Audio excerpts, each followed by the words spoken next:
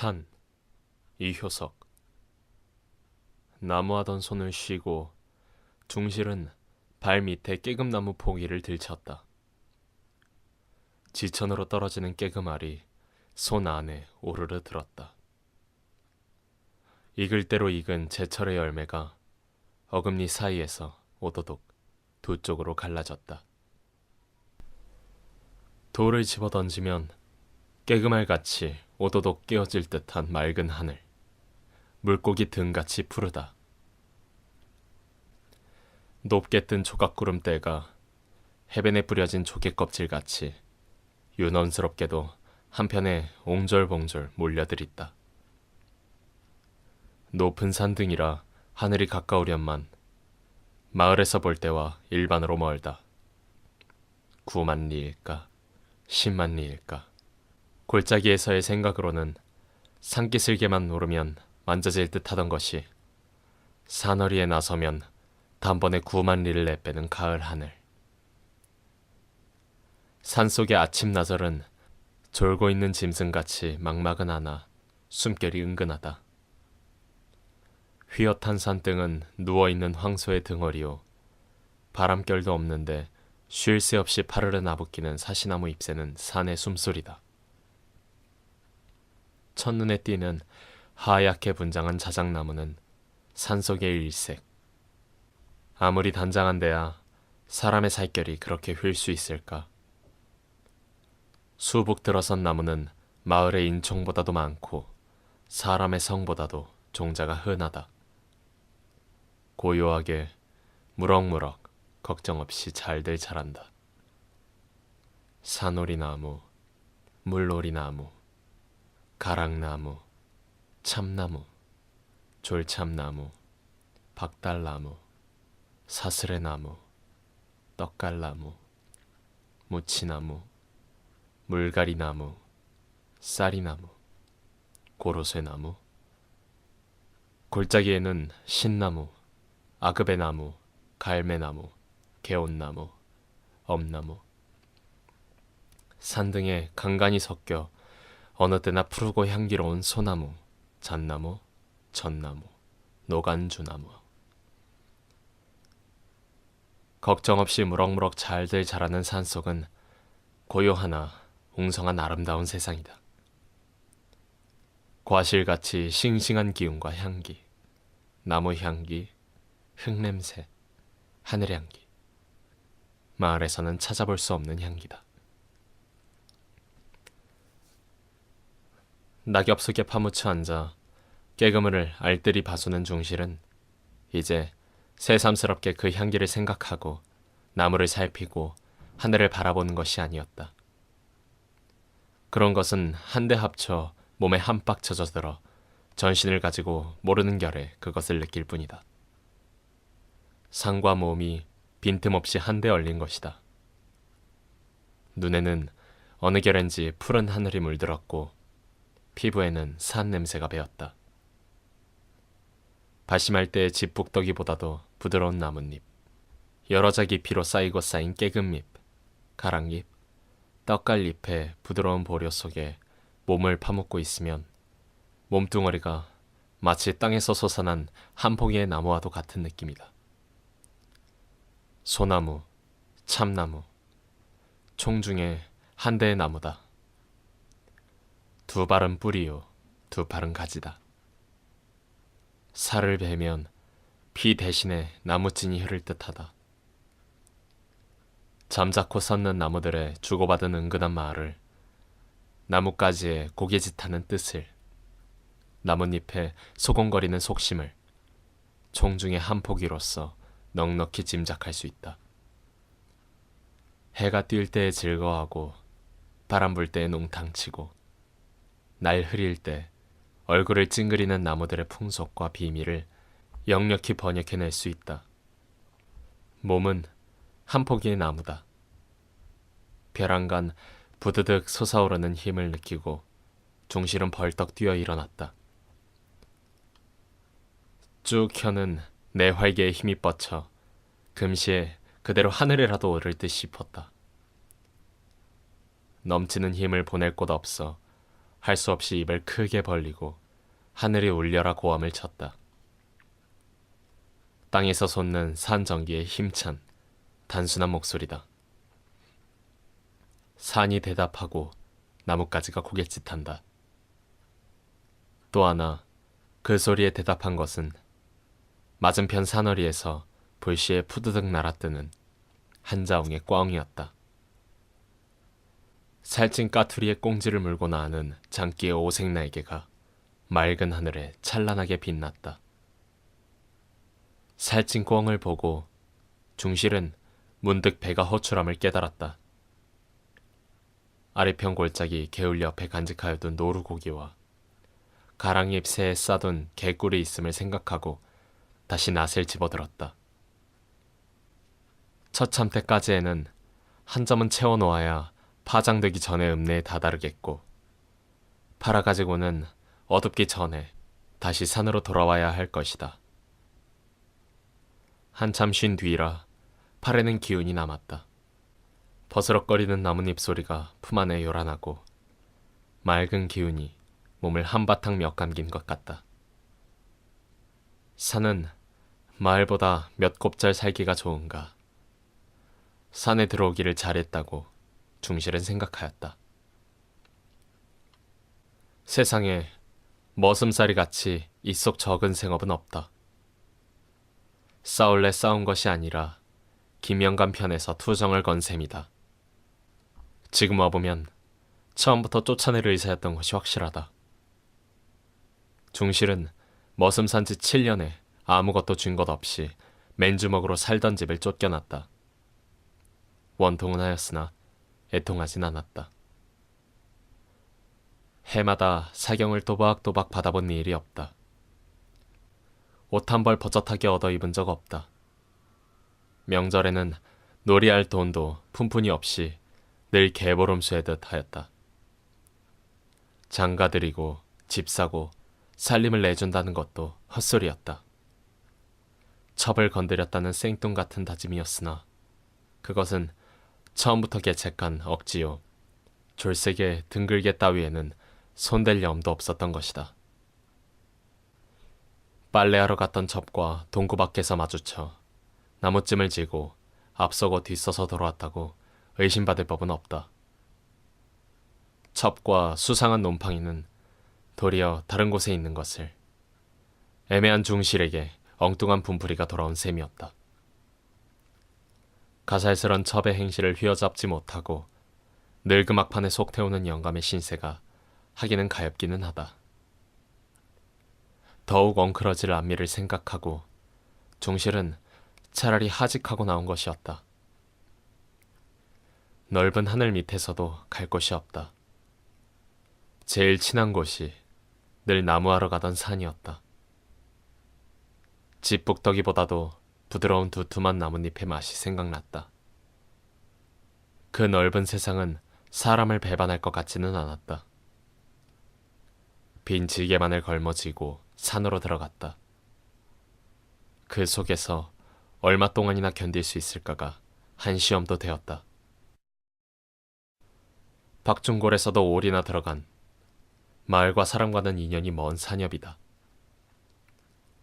산등이 펑퍼짐하고 양지 쪽에 해가 잘 쬐고 골짜기에 개울이 흐르고 개울가에 나무 열매가 지천으로 열려있는 곳이다. 양지 쪽에서는 나무하러 왔다 낮잠을 잔 적도 여러 번이었다. 개울가에 불을 피우고 밭에서 뜯어온 옥수수 이삭을 구웠다. 숲을 속에서 찾은 으름과 나뭇가지에 익어 시든 아그배와 산사로 배가 불렀다. 나뭇잎을 모아 그 속에 푹 파고든 잠자리도 그다지 춥지는 않았다. 이튿날 산을 헤매다가 공교롭게도 주역 나무가지에 야트막하게 달린 벌집을 찾아냈다. 담배 연기를 피워 벌떼를 이지러뜨리고 감쪽같이 집을 드러냈다. 속에는 맑은 꿀이 차 있었다. 사람은 살라고 마련인 듯 싶다. 꿀은 조금으로도 요기가 되었다. 개와 함께 여러 날 양식이 되었다. 꿀이 다 떨어지지도 않은 그저께 밤에는 맞은편 심산에 산불이 보였다.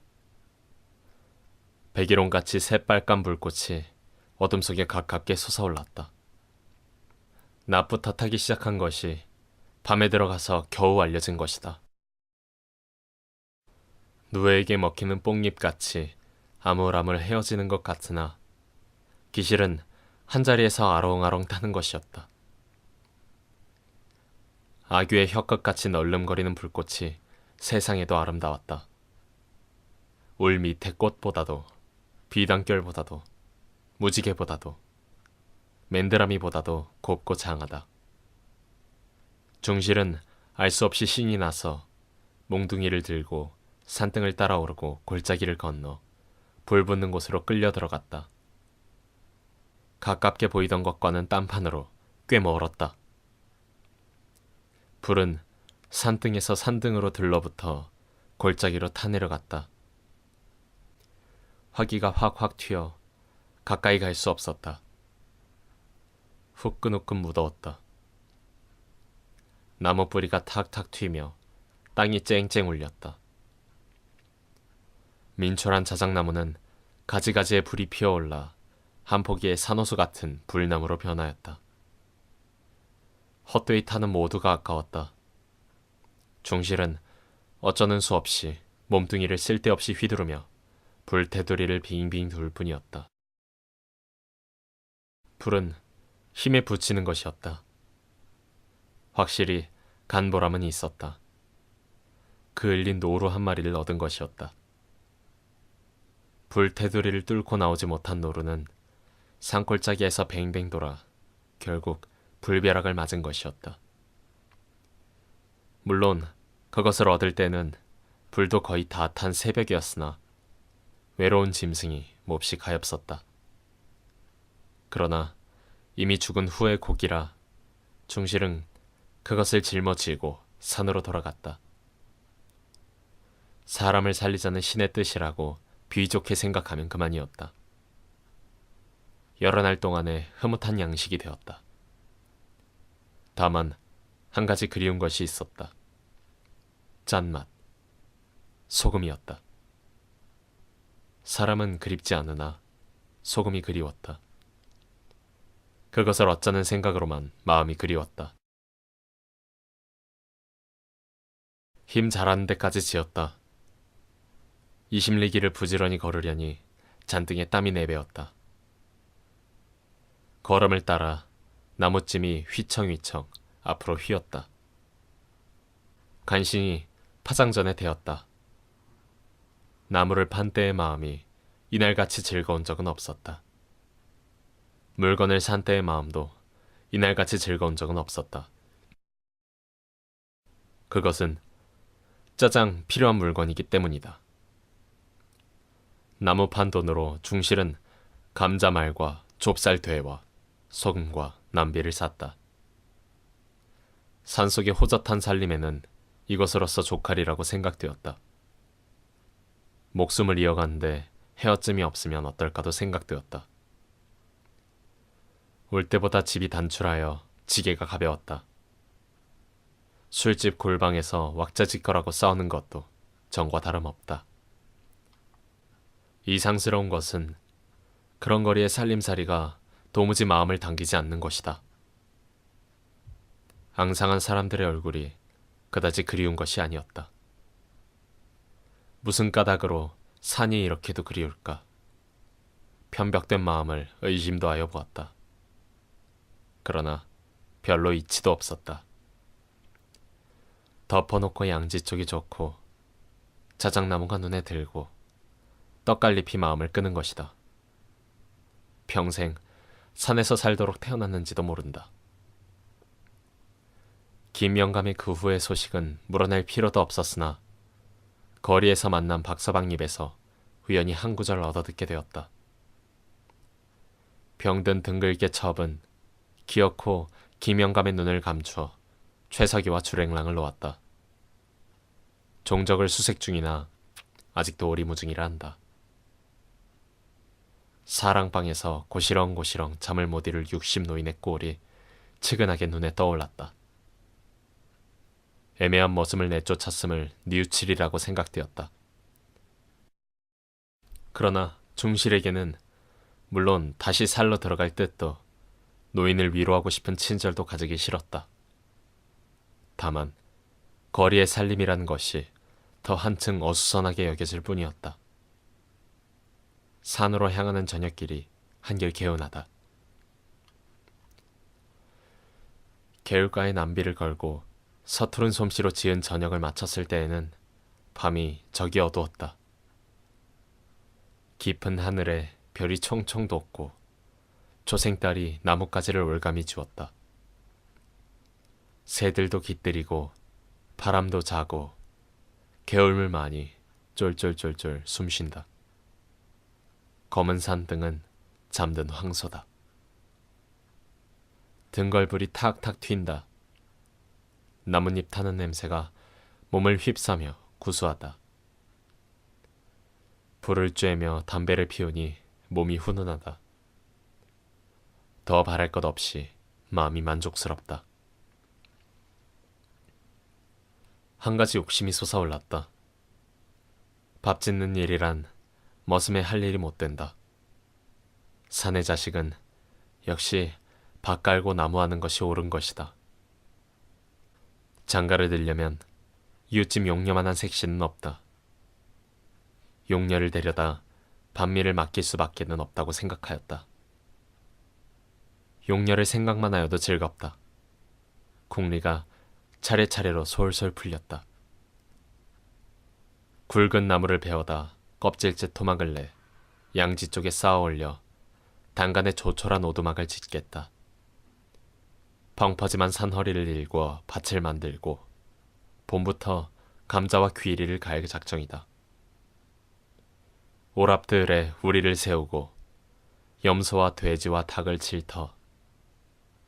산에서 노루를 산채로 붙들면 우리 속에 같이 기르고 용녀가 진미를 하는 동안에 밭을 가꾸고 나무를 할 것이며 아이를 낳으면 소같이 상같이 튼튼하게 자라렸다. 용녀가 만약 말을 안 들으면 밤중에 내려가 가만히 업어올걸. 한번 산에만 들어오면 별 수 없지. 불이 거의 야스러지고 물소리가 더 한층 맑다. 별들이 어지럽게 깜빡거린다. 달이 다른 나뭇가지에 걸렸다. 나머지 등걸부를 발로 비벼 끄니 골짜기는 더 한층 막막하다. 어느만 때인지 산속에서는 때도 분별할 수 없다. 자기가 이른지 늦은지도 모르면서 나무 밑 잠자리로 향하였다. 낯가리같이 두두룩하게 쌓인 낙엽 속에 몸을 송두리째 파묻고 얼굴만을 빠끔히 내놓았다. 몸이 차차 푸근하여 온다. 하늘의 별이 와르르 얼굴 위에 쏟아질 듯 쉽게 가까웠다 멀어졌다 한다. 별 하나, 나 하나, 별 둘, 나 둘, 별 셋, 나 셋. 어느 결엔지 별을 세고 있었다. 눈이 아물아물하고 입이 뒤바뀌어 수어가 틀려지면 다시 목소리를 높여 처음부터 고쳐 세고 나였다. 별 하나, 나 하나, 별 둘, 나 둘, 별 셋, 나 셋. 세는 동안의 중실은 제 몸이 스스로 별이 됨을 느꼈다.